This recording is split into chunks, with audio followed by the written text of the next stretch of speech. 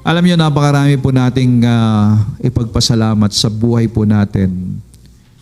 Kung alam lamang po natin na i-recognize yung pong mga natatanggap po natin sa bawat araw, there's a lot of good things to give thanks to God. Hindi po tayo titigil. Ang bawat araw po, maaring ito'y bumabagyo, maaring may krisis, mayroong mga hindi magandang balita o mga nangyayari pong hindi maganda. Pero sa kabila po ng lahat ng yan, ay ang dami po nating ipagpapasalamat sa Diyos. Lamang po tayo humihinga na walang nararamdaman, napakalaking biyaya po yan. At kung minsan naman meron tayong nararamdaman, pero alam natin na meron pong magpapagaling sa atin at nagpagaling na nga po sa atin. Alam natin na merong Diyos na hindi nagpapabaya sa atin. So, we can give thanks to God anumang sitwasyon na ating pong kinakaharap. The problem is there, but the solution is always there. Marami tayong mga kinakaharap na pagsubok, pero ang kalakasan nating Kristiyano ay yung pong nangako na hindi kita iiwanan, hindi kita pababayaan. At yan po'y totoo. Yan po'y buhay sa puso po natin. Once you are aware or conscious of the presence of God in your life, wala pong puwang ang takot sa puso natin, anuman po ang sitwasyon na ating kinakaharap. Amen? And while listening sa patotoo po ni Sister Evangeline, ako po'y natutuwa na we can do exercising our faith sa mga tao pong nangangailangan ng kagalingan, sa mga may sakit at karamdaman.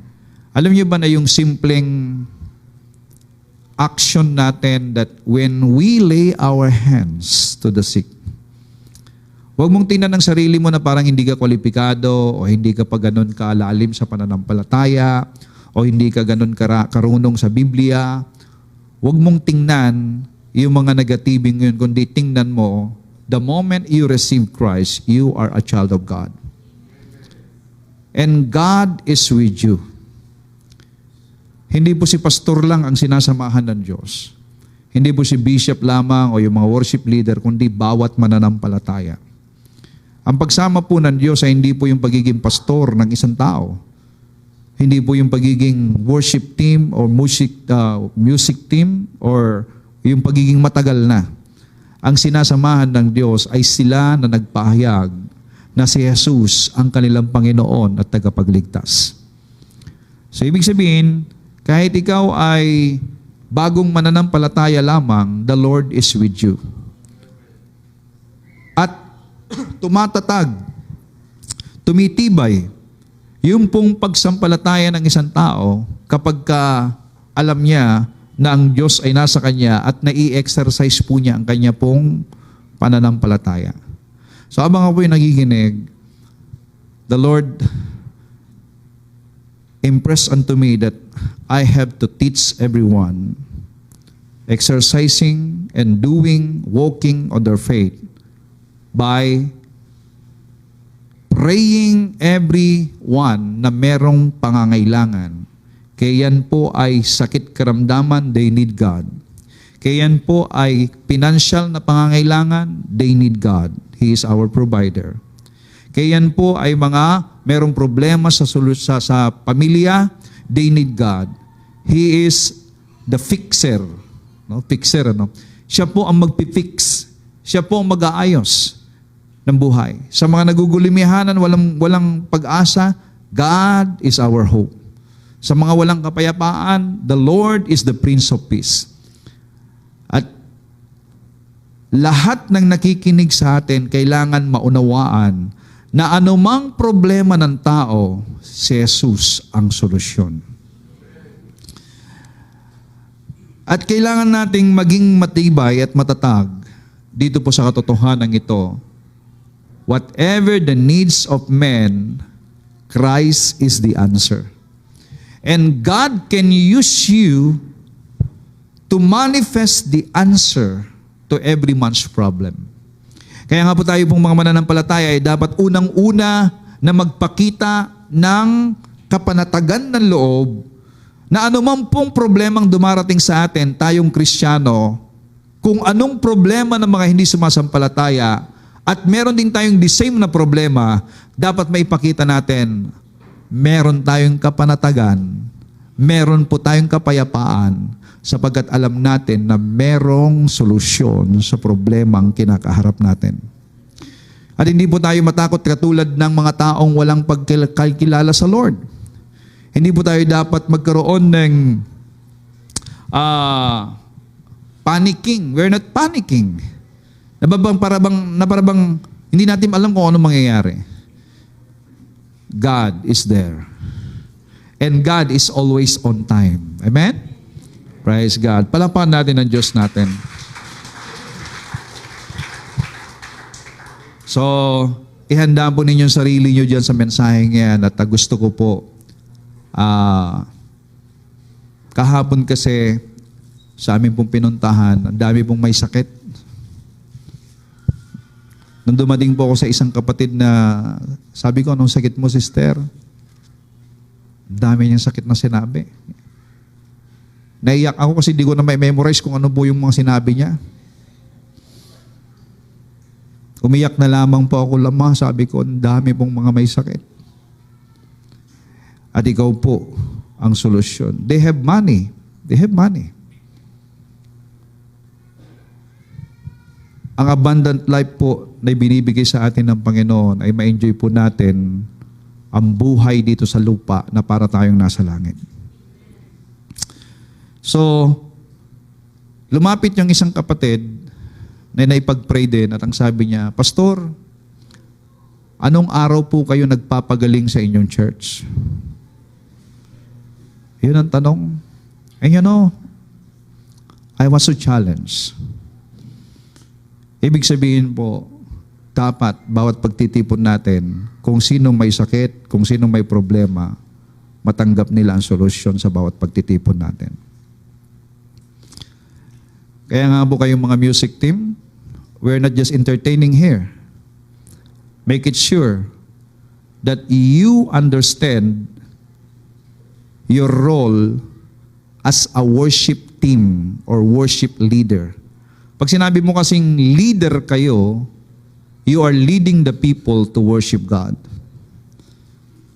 At kinakailangan paniwalaan po natin yung katotohanan na when we worship God, the Lord dwells in the praises of His people. In other words, gustong-gusto ng Diyos na sumama sa mga pagsamba ng kanyang mga anak. There is a sure manifestation of God's presence in the worship of His people. Kaya kinakailangan ihanda natin ang sarili na tumanggap ng biyayang mula sa Diyos every time we worship Him because God delights to manifest Himself every time you worship Him. At kapag nandiyan dyan ang presence ni Lord, hindi po nandiyan dyan na wala lang. When the presence of God manifests, meaning, humanda ka sapagkat kung ano ang kailangan mo, dyan niya imamanifest ang kanyang sarili. Kailangan mo kagalingan, kailangan mo karunungan, kailangan mo lakas, kailangan mo kapayapaan, kailangan mo kagalakan, ang kailangan mo, ano man ang kailangan mo, the Holy Spirit, God's presence is there to manifest who He is. At walang bagay na hindi kayang gawin at ibigay ng Diyos. Kaya nga po, excited tayo dapat. Kaya nga, Christians are so much excited in every gathering because they gonna meet the Lord in that gathering. Hindi ko alam kung ano sa isip nyo bakit kayo pumupunta sa church. Siguro lang para hindi ako maging absent, o di kaya para ma-perfect ko yung attendance ko, o di kaya ay punta ako sa church kasi ang tagal-tagal ko nang di nakapagsimba, o punta ako sa church kasi obligasyon ko. Mga kapatid, magkaroon tayo ng bagong pananaw. I will go to church Dahil nandoon po yung mga tinubos ng Diyos. Kasama ko sa pamilya ng Diyos. At higit sa lahat, there the Lord manifests Himself every time we gathered together and worship God. At kapag nandiyan ang manifestasyon ng presensya ng Diyos, I receive God's miracle. Mga kapatid, blessing is good, pero ang higit talagang kailangan ng tao ay ang Diyos. Now, the message of the Lord for us is God's delight for you. Ano po yung kinalulugdan ng Diyos na gawin para sa iyo? Alam nyo, katulad ng isang magulang, ako'y naniniwala na lahat ng magulang ay naghahangad ng mabuting bagay na mangyari sa kanilang mga anak. Tama? Meron kayong magandang vision, ambisyon, hangarin para sa iyong mga anak. Mga kapatid, kung tayo pong mga magulang ay merong magandang minimithi para sa mga anak, higit po ang Diyos. He has a very good plan for you. Ang sabi po sa Psalms 35 in the last part ng verse 27, let them say continually, yung po mga nagtitiwala sa Diyos, let them say continually, let the Lord be magnified, who delights and take pleasure in the prosperity of His servant. Ano po ang delight and pleasure ni Lord dito sa verse na to? The prosperity of His servant. Kagalakan ng Diyos na makita ang prosperidad. When we say prosperity, it's not just about money. Pag sinabi pong prosperity, nandoon po yung wholeness of life, masayang pamilya, masayang mag-asawa, masaya ang mga anak sa kanilang mga magulang, ang mga magulang masaya sa kanilang mga anak, masaya na naglilingkod sa Diyos, merong kagalakan, merong pong sapat na pangangailangan, walang sakit karamdaman, punong-puno ng kapayapaang buhay. That is a prosperity. And again, prosperity can never be happen kung walang relasyon ang tao sa Diyos. So, ang kagalakan ng Diyos ay ang tao makita na ang kagalakan nila ay ang kanila pong relasyon sa Diyos. So that is the delights and the pleasure of God for His people, for His servant. Kaya kung masaya ka, ang Diyos happy. Amen? Kung malungkot ka, kung nandoon po yung pong mga bagay na pinasok ng kaaway ang buhay ng pamilya, kasalanan, alam niyo, pumapasok po ang demonyo talaga. Ang demonyo talaga. Kapag pumasok ang demonyo, lahat po ng nangyayari, kademonyohan. Lahat po ng nagaganap ay kapangitan. Kasi po, walang magandang idinudulot ng demonyo. Lahat po yung kapangitan. Kaya kapag kapangit po ang nangyayari, medyo po kabigatan, pag-away-away, kagulumihanan, kasalatan, Ibig sabihin, hindi po galing sa Diyos yun. Walang mabuti na galing sa demonyo. Lahat ng kapangitan galing sa kaawayan. Kaya kapag ka po, may mga nangyayari po sa pamilya na parang ang pangit-pangit, ganito, lagi na lang kayo nag-aaway, nag-uuntugan, no? Yung wedding ring, naging boxing ring, naging suffering, no? Lahat nangyayari, hindi po galing sa Diyos yun. Kaya kapag kayo pong mga tatay at mga nanay, kita nyo na ganyan nangyari, dapat matauhan po tayo. Hindi sa Lord to Hindi to prosperity. Hindi to walang prosperidad dito. Then, you have to determine to stop what is wrong in the family because you have the power to say no to ungodliness. You have the power to say no to demonic activity. Kasi tayo pong mga Kristiyano, meron tayong kapangyarihan na pagbawalan ang mga pangit na mga nangyayari sa buhay po natin. Anything that you don't allow to take place and to happen in your life, hindi po yan mangyayari. Kaya nga dapat sa inyo pong pamilya, lagi niyong idinideklara, Hindi ko pinapahintulutan sa bahay nito ang mga sakit at karamdaman. Layas in the name of Jesus Christ. Hindi ko pinapahintulutan ang kagulumihanan sa tahanang ito sa pangalan ni Jesus. Amen? At lalong-lalo na sa buhay ko, hindi ko pinapahintulutan ang mga maling desisyon, ang mga hinanakit, sama ng loob. Hindi ko pinapahintulutan ang sama ng loob sa puso ko. Layas in the name of Jesus. Dapat pati yung sarili mo pa lang, dapat matutunan mong palayasin yan. Dapat ang nag-i-stay po sa puso ng isang tao ay yung pong kapayapaan, kagalakan, pag-ibig, pagmamahal. Yan. Tanging ang pag-ibig ng Diyos ang pinapahintulutan kong manatili sa puso ko. Bago ka mag-cast-out sa iba, i-cast-out mo muna yung mga sama ng loob na nasa puso natin. Amen? Okay. And that is the joy of the Lord. Alam niyo ba, God wants us to prosper. And we have a covenant that includes prosperity in every area of our lives. Nung tinawag tayo ng Diyos, laging maganda ang plano ng Diyos sa atin. Nung inilabas po ng Diyos sa mga Israelita doon po sa Egypt, hindi po niya sila inilabas para mamatay sa ilang. Naakala po ng mga Israelita, inilabas mo ba kami sa ilang para magutom dito, para mamatay dito, para mauhaw dito? O di kaya ay pagpiestahan ng mga kalaban dito? So ang thinking ng tao, kapag sila po'y dumaraan sa mga pagsubok, pinapabayaan sila ng Diyos. Kapatid, nung tinawag ng Diyos ang Israel, lalong mas maganda o dadali niya sila sa isang mas magandang kalalagayan. Nung tinawag ka ng Diyos, nung ikaw ay nagkaroon ng relasyon sa Panginoon, nung nakakilala ka sa Diyos, hindi yan aksidente, binuksan ng Diyos ang iyong kaisipan. At nung ikaw ngayon ay nakakilala sa Panginoon, mas maganda, tinitiyak ni Lord na mas magandang magiging kalagayan ng buhay mo kesa nung ikaw ay hindi pa nakakilala sa Kanya. God has a covenant that includes prosperity in every area of our lives. Maging ang love life mo, gusto ni Lord, masaya ka. Ang finances mo, gusto ni Lord, masaya ka. Ang negosyo mo, gusto ni Lord, masaya ka. Sa lahat ng bagay na ginagawa mo, masaya ka. Pero gusto niya, kilalanin mo na lahat ng solusyon para sa hinahanap mong masaganang buhay galing sa Kanya.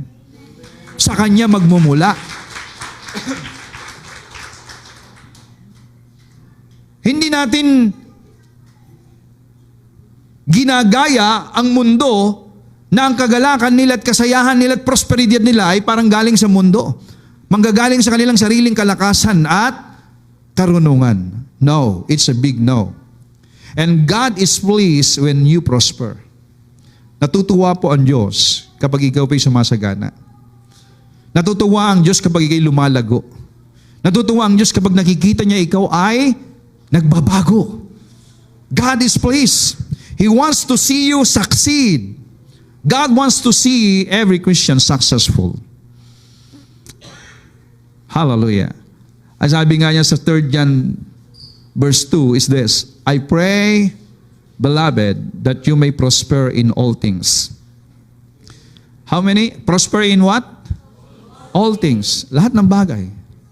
And be in health. Gusto ni Lord, you are in good health, just as your soul prospers.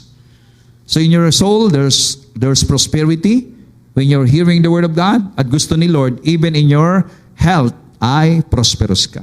Kasi sa totoo lamang po, yung pong inyong magandang kalusugan, kayamanan yan. Talong-talo po ninyo yung pong bilyonaryo ng $1 billion men na may sakit na hindi pwedeng kumain ng matataba. Amen?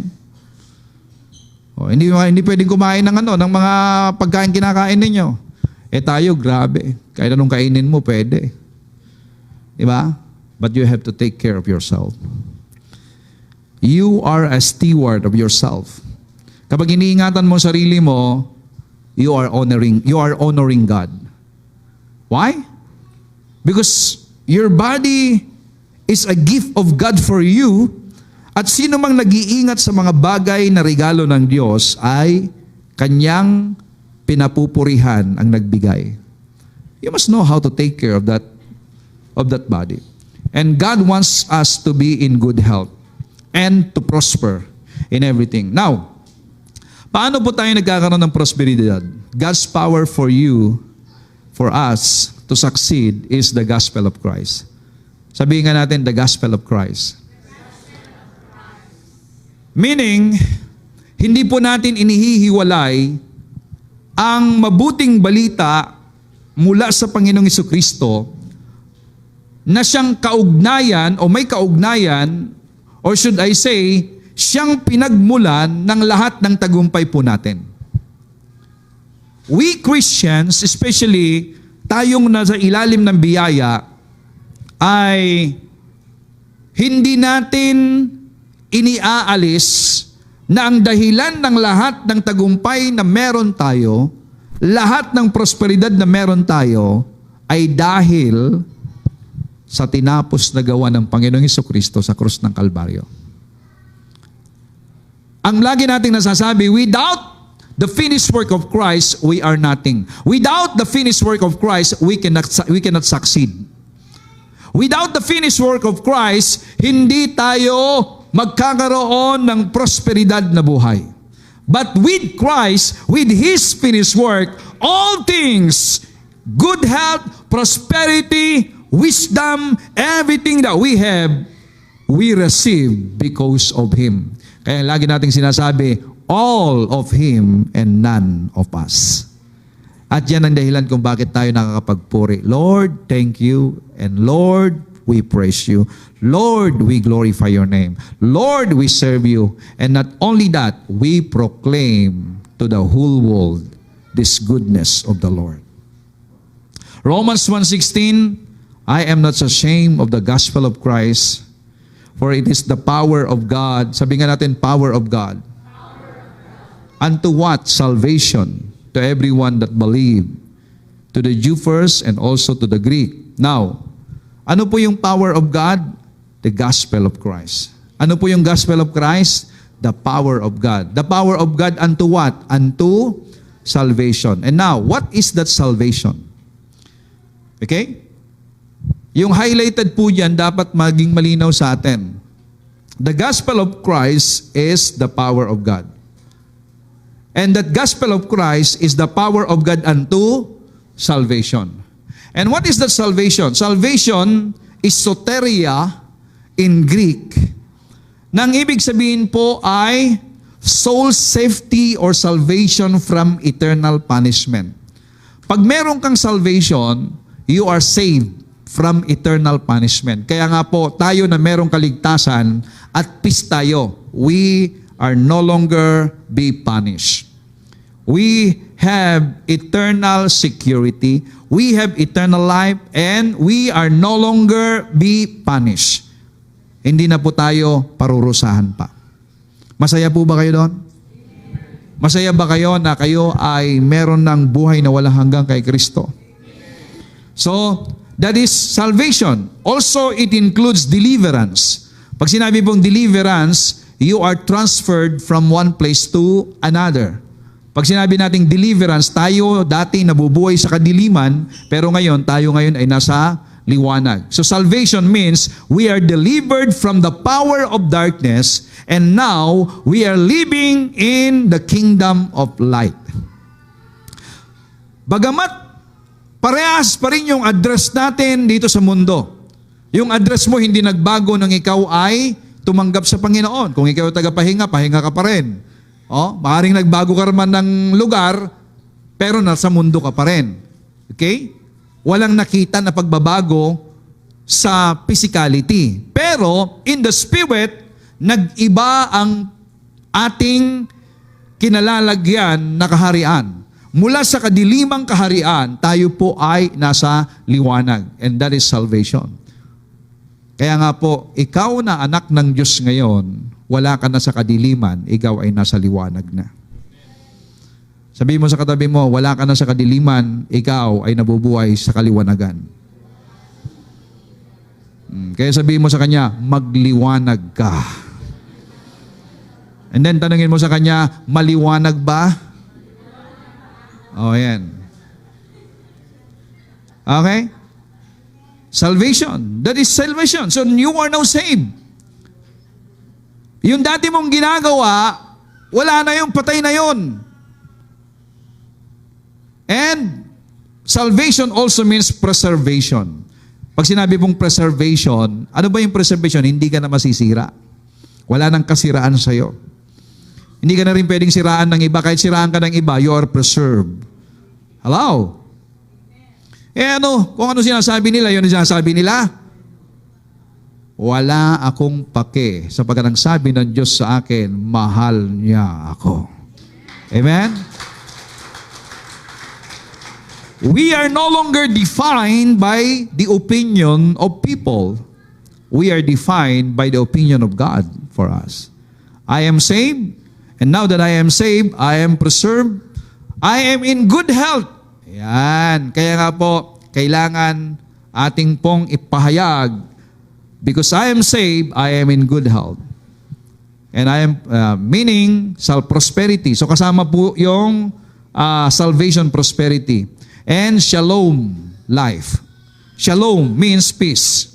Ang ibig sabihin, nothing missing, nothing lacking, and nothing broken.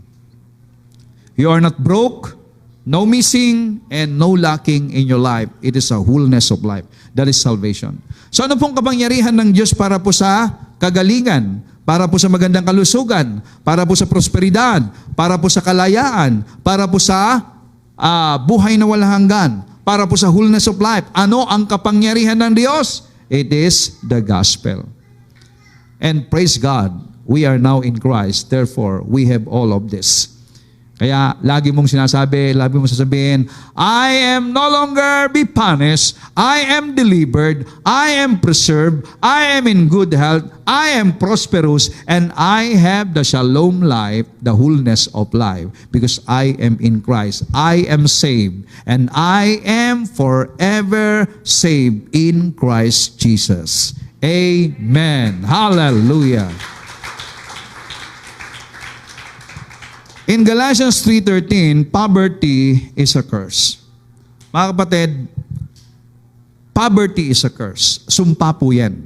Kaya huwag kang manatili sa kahirapan. Ano po ba yung kahirapan? Kahirapan is not just about lacking of money.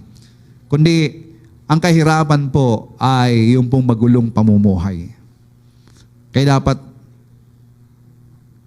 ask the Lord for the manifestation of our salvation in your family. Panginoon, hindi ganito ang buhay na plinano mo sa amin. Kapag inyo pong nakikita na sa inyong pamilya ay para bang walang prosperidad, yung laging magulo, yung bang lagi kayong nag-aaway ng mag-asawa, yung lagi kayong nag-aaway sa iyong mga anak, lagi kayong nagbubuksingan na para bang, diba, kutsara lang na ipapala. Bakit ba yung kutsara? Di ba pa laging, pati aso, kaaway mo, pati pusa, kaaway nyo, no? Para bang, nadamay yung aso, nadamay yung pusa. Di ba? Payapang-payapa siya. Buti nga, pag tinitingnan ko yung mga aso at pusa dyan, tahimik lang sila nakaganon. Di ba? Gigising lang sila pag gutom. Di ba? Ang payapa ng buhay po nila. Mainggit kayo sa kanila, mga kapatid, kung walang ganyan sa buhay po ninyo. No? Parang sila pa yung may Panginoon at tagapagligtas. No? Pero alam mo ninyo, may Panginoon at tagapagligtas na mga yon. Sino? Ikaw, ang Panginoon nila. Grabe ang pagtitiwala nila sa atin, ng mga amo nila, no? Kung sila mayroong ganong pagtitiwala, dapat higit po tayo sa ating Diyos. You know, poverty is a curse. Kaya kapag nararanasan po ninyo yung pong para bang hirap, mabigat na buhay, kapatid, ayaw ni Lord yan. God doesn't want us to have a heavy life. Yung pong bigat na bigat ka sa buhay, kaya nga Lord, ayaw ni Lord yun eh. Kaya sinabi niya, kayong mga nabibigat ang lubha, kayong mga nahihirapan, lumapit kayo sa akin at bibigyan ko kayo ng kapahingahan. Meaning, God doesn't want a life that is full of heaviness. Yung lagi kang nagmamadali na para bang hinahabol mo lagi ang, hindi ko alam po, ano pa yung naghahabol natin. Yung bang laging, kaya nga po kapatid, kapag marami kang masyadong hinahabol, magbawas ka ng hinahabol mo. Ano yung mga hinahabol natin? Hinahabol mo yung bayarin, naghahabol ng dead. Pati yung dead, hinahabol yung deadline. Hinahabol ng iba. Kapatid, let us make life simple. Si Lord lang sapat na. I encourage every Christian and everyone listening online, make life a simple life. Christ is enough.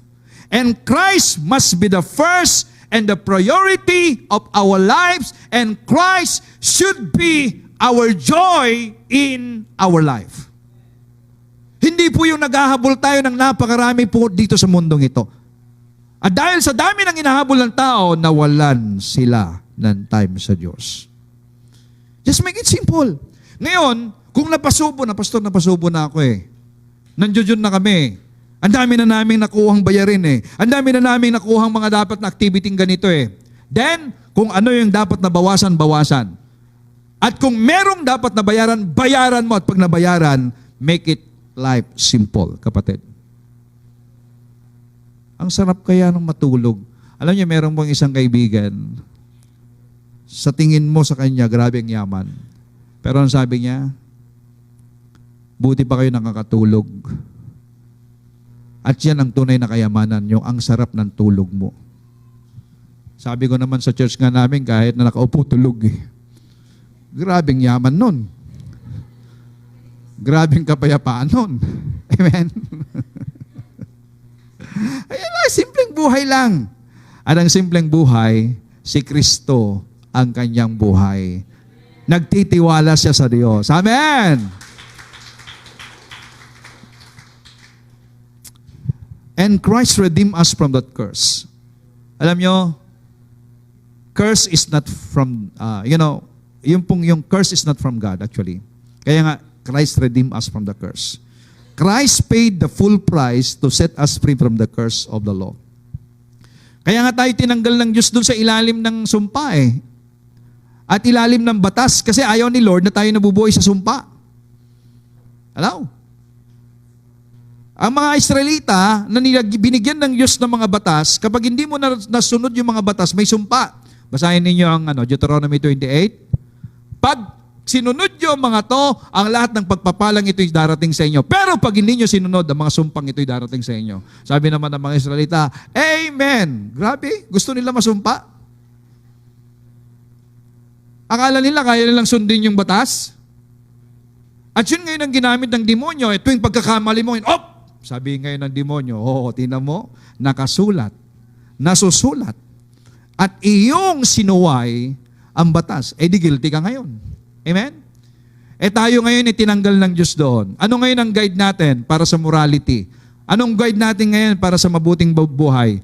Ang banal na Espiritu. Kaya nga po sa atin ngayon, ang buhay natin is intimacy with the Holy Spirit. Fellowship with the Holy Spirit. Friendship, comradeship to the Holy Spirit. At yan ang buhay natin. Kaya tayo po'y masaya na naglilingkod sa Lord. Amen? Grabe He absorbed it completely as He became a curse in our place. Siya po ang naisumpa para sa atin. Kaya nga po, si Kristo ang sentro ng ating pagsamba, pagpupuri, sapagkat siya ang tumubos sa atin mula sa sumpa. Can you say, I am no longer under curse? Yes. Wala nang sumpa sa iyo, kapatid. Now, mabilis. Ano po yung kaparaanan para po sa pamumuhay na merong prosperidad bilang Kristiyano? Number 1, lagi nyo naririnig to, seek first the kingdom of God. That is the scriptural way to live in prosperity. Ano may ibig sabihin ng seek first the kingdom of God? Make God the priority in your life. Mahirap bang gawin to, kapatid? Hindi, alam niyo ba na kapag wala kang pagtitiwala sa Diyos, hindi mo magagawa ito? Only those who believe that God can supply and that God can provide all their needs can do this. Kasi kung hindi mo pagtitiwala ng Diyos, ang lagi mong sasabihin, kilinggo ngayon, pinakamalakas ang kita ngayon ang dami kong pupuntahang iba Kapatid, those who believe that God can provide, and those who believe that God loves them, and those who believe that God is the most powerful one that can provide everything they need, And those who believe that God is an awesome God na dapat sambahin, then they're gonna seek first the kingdom of God. Ibig sabihin, they make God priority in their lives. Kung naniniwala ka na ang Diyos kaya niyang ibigay ang kagalingan sa iyo, kung naniniwala ka na ang Diyos kaya niyang ibigay ang lahat ng pangangailangan mo, kung naniniwala ka na ang Diyos hawak niya ang kinabukasan mo, kung naniniwala ka na ang Diyos ay walang bagay na mahirap at imposible sa Kanya, then you can do to seek first the kingdom of God and His righteousness. And all things that you need shall be added unto you. Ang ganda po yung salita na it will be added unto you. Nadadagdag na lang. No? Parang pag nagre-remit sa akin si Mrs. ng yung 10% ko tsaka 15% ko dun sa aking aking franchise. Ito yung kinita ng mo. Sila yung nagtatrabaho, ako yung tumatanggap. It will be added unto me every day. Amen? Gusto niyo ng ganon? Seek first the kingdom of God. Laging may kapital po yan. Ang kapital lang natin is pagtitiwala sa Diyos. Amen? Kaya huwag mong sabihin, Pastor, wala akong kapital eh. Magtiwala ka sa Diyos, iyan ang kapital mo, kapatid. Amen! Amen po, Pastor. Palakpakan natin ang Diyos, Pastor. Amen. Praise God. Yan pong mga nagbibigay po ng kapital sa Lord. It will be added unto you. Meron bang added dyan? May nababasa ba yung added dyan? And all. Ilan daw? Hindi ba, sinabi ba niyang, and some, and few of these things shall be added unto you. Sabi ba?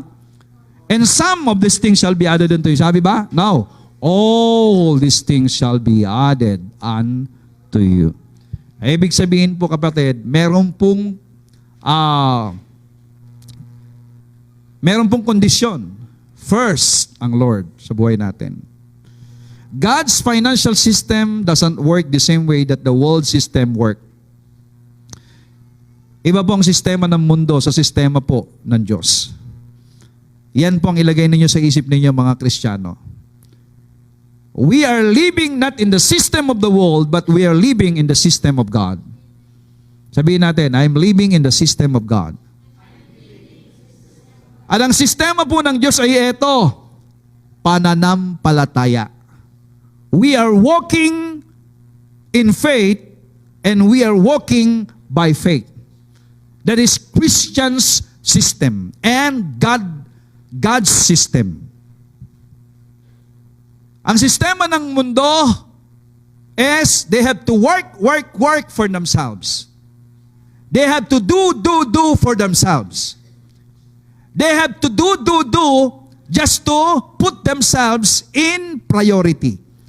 And para mapapurihan sila, maparangalan sila ng tao. Pero ang sistema ng Diyos ay ito. We have to put God first in our lives. He is the first in my life. And I am walking by faith, meaning ako'y nabubuhay, lumalakad sa kanyang mga pangako. Kung anong sinabi niya, yun ang buhay ko.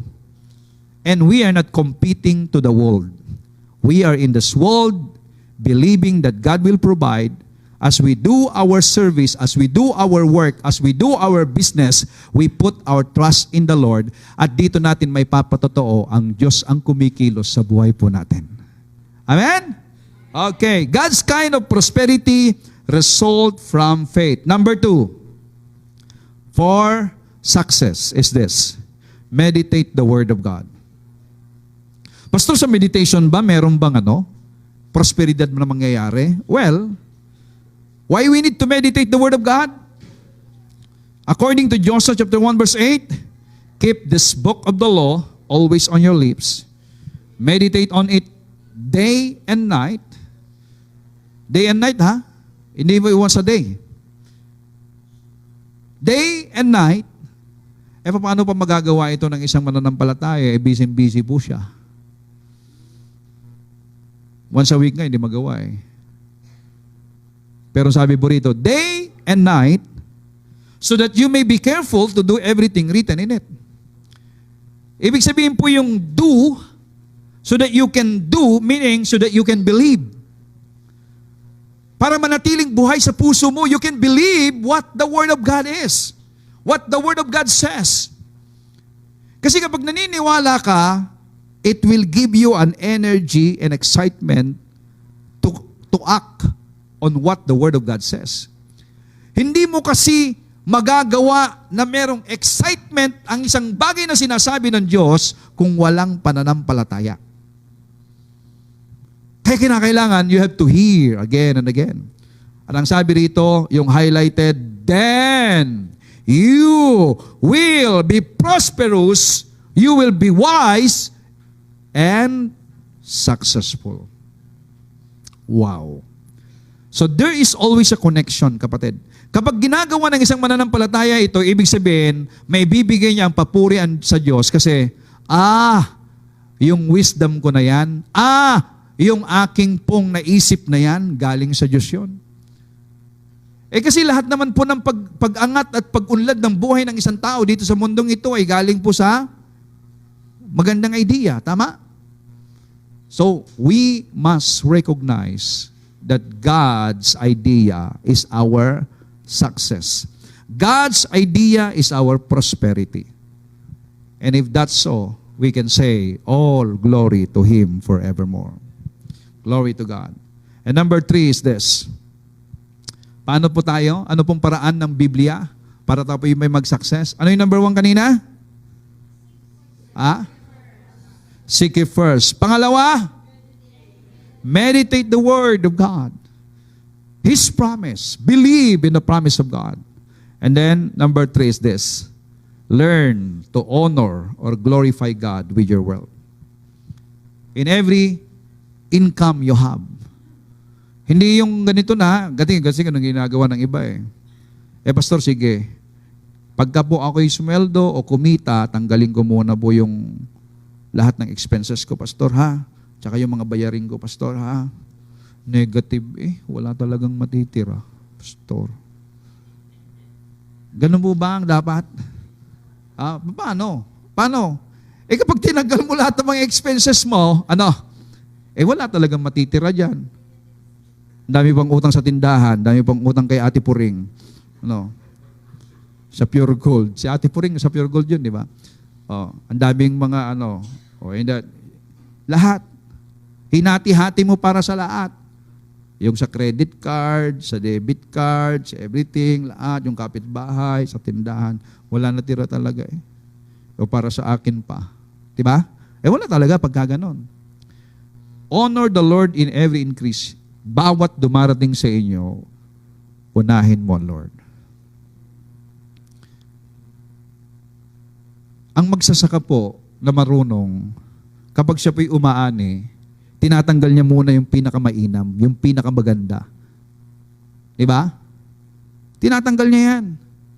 Wala siyang pakialam kung may matira na para sa kanila o pambayad ng ganito. Ang mahalaga, kung ano yung pinakamainam na binhi, maitabi niya muna para sa susunod na ani. Hello? Mga kapatid, all truth is parallel. Dapat maintindihan po natin yun. Actually, ang gumagawa po nito ay yung po nagtitiwala talaga sa Diyos. You cannot honor God if you don't believe on Him. Hindi mo masasamba ang Diyos sa pamamagitan ng iyong kaperahan. In every increase you have, you cannot honor Him, you cannot worship Him unless you believe what He did for you at the cross. And you believe that He is alive, that He can provide for all your needs. Kasi, ang pagsamba na ginagawa natin, pagtaas ng kamay, pagpalakpak, pag-awit, that is very good. But the worship comes from within our heart is yung pong may connection sa puso natin. At ang Biblia, sa dami po ng sinabi niya, ang connected sa puso ng tao ay yaman. Yung yaman niya. Kaya nga kapag nawala ang yaman, yung puso niya, na-high blood. Nagkakaroon po ng manifestation because of that. Kaya gusto ni Lord, with all of your heart, worship Him, meaning in every increase you have. Lahat. ng bagay na meron ka. At yan ang unang-unang manifestation ng pagsamba ng mga unang mananampalataya. If you're gonna read the book of Acts, even without asking, they are voluntarily give. Why? That is the manifestation of their service, of their worship to God. At ito yung nangyari nung sila'y napuspos ng Espiritu Santo, they are voluntarily give it to the Lord para merong pong magamit sa expansion ng kaharian ng Panginoon. Hindi sila pinipilit. Sila pa yung nagmamakaawa. Actually, yung mga lingkod nga ng Diyos ang nagsasabi na, ay grabe, sobra na to. Hindi, sila pa yung nagmamakaawa. Tingnan niyo po yung mga taga-Macedonian Church in 2 Corinthians chapter 8. Sila yung nagmamakaawa. That's how they honor God. Those early Christians.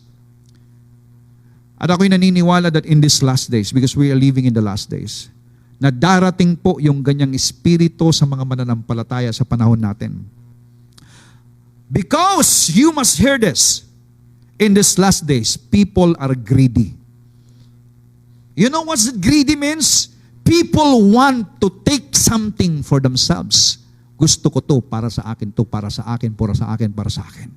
Walang para sa Diyos. But now, I do believe, at magsisimula yan, even in this small church of ever-increasing grace, that they will worship God with their wealth.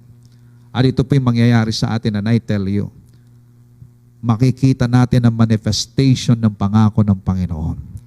Those who honor their God, those who worship their God with their wealth, there is a manifestation of blessing beyond measure.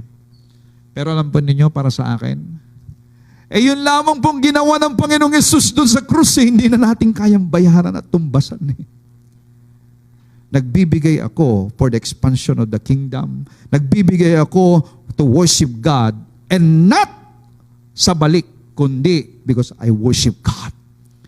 And praise God, because there is a promise that when we give, hallelujah, merong bigay. But my focus is not dun sa balik, kundi I worship God. At hindi ko namamalayan as I worship the Lord, there is a continuous coming in. There is a continuous blessing coming in. But I'm not looking on the continuous coming in. I am looking on the continuous love of the Lord pouring out on me every day. It's not about what is coming. It's not about what I can get when I give. But it's all about the worship that I can express to the love of the Father sa akin. Yung kanyang pag-ibig sa akin. And if that is the heart of every one of you, I tell you, you can have joy serving the Lord, and the manifestation will follow. Hallelujah. Glorify God with all your wealth, honoring Him with your very best, with every increase that comes to you, that every dimension, no? Ito po yung gagawin mo, no? Bunga ng iyong pagkilala sa ginawa ng Diyos sa iyo in verse 9. Doon sa verse 10 naman, it is the fruit or the promise. Then, sabihin nga natin, then. Ano ibig sabihin kapag then? Kapag ginawa mo yon, with every increase that comes to you, that you're gonna honor Him with your very best, that you're gonna glorify God with all your wealth, then, every dimension of your life will overflow with blessings from an uncontainable source of inner joy. Alam niyo, I want that inner joy. Yung pagpapala na magdadala sa iyo ng inner joy, yan po ang bunga niya. Inner joy in your life. So that is prosperity. Prosperity begins in your inner joy.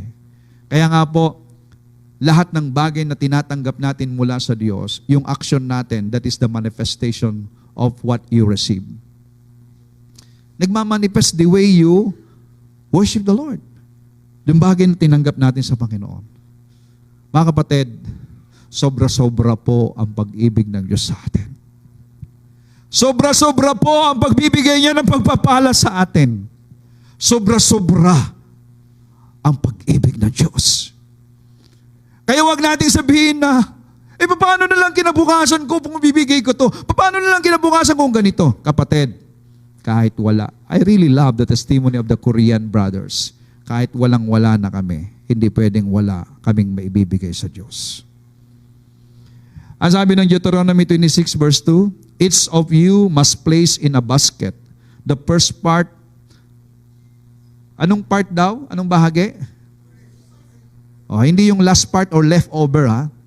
The first part of each crop that you harvest, and you must take it with you to the one place of worship.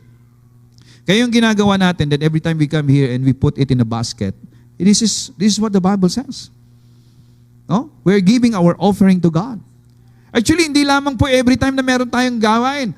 Kahit nga po, may dumating sa inyo, kahit wala pang gawain, dadaling ko na to sa Panginoon. This is your worship. Amen? Okay, let's go to the warning. Warning na tayo and we're about to close. Warning lang to, ha? Hindi ikaw to, ha? Hindi ikaw to. 2 Thessalonica chapter 3 verse 10. Nang kasama niyo pa kami, sinabi namin sa inyo na huwag pakainin ang sino mang ayaw magtrabaho. Ayun. Kaya sabi mo sa katabi mo, magtrabaho ka.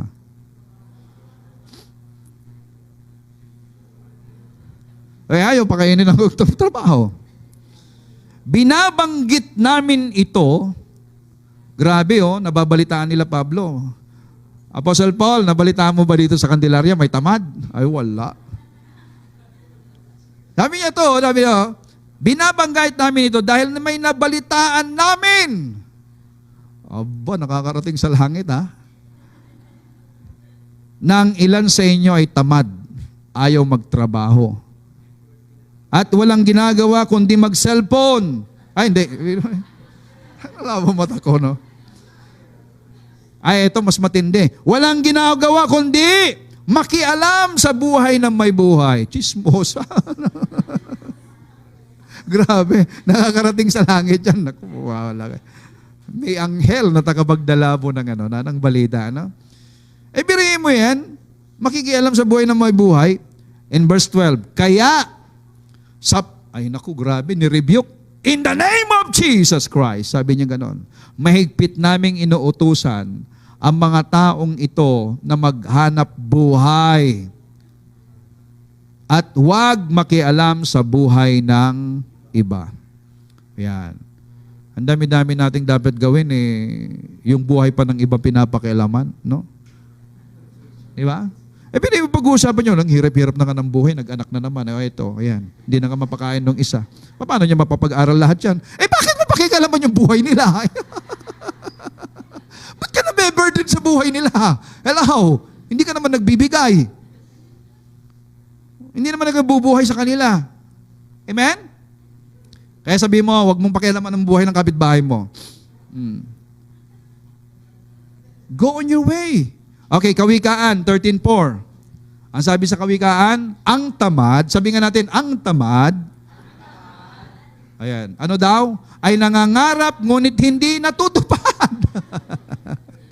Puro pangarap na lang yan. Hello? Pero ang hangarin ng masikap ay laging nagaganap. Ayan. Palakpakan natin yung mga masisikap. Yung mga tamad, puro gusto bagong cellphone, bagong damit, buong ganito. Wala namang ginagawa. Talaga naman. Buti na lang born again na. Amen? Mga kapatid, in conclusion, you have within you all of the qualities and elements that are necessary to make you a success. Ibig sabihin dito, lahat ng kwalifikasyon ibinigay sa atin ng Diyos para maging successful at prosperous ang buhay po natin. Everything is in you now. We have to act on it. Katulad po, tingnan nyo si Joseph, ha? Ito, lagi nating example si Joseph. The Lord was with Joseph, and he, though a slave, was a successful and prosperous man. Tingnan nyo, pwede ba nating sabihin, hindi naman ako nakapag-aral kasi. Ito nga si Joseph, slave . Pero, dahil nasa kanyang presence ni Lord, siya po ay successful. Kapatid, you are prosperous, and God delights to see you prosperous and successful in this life. Hallelujah.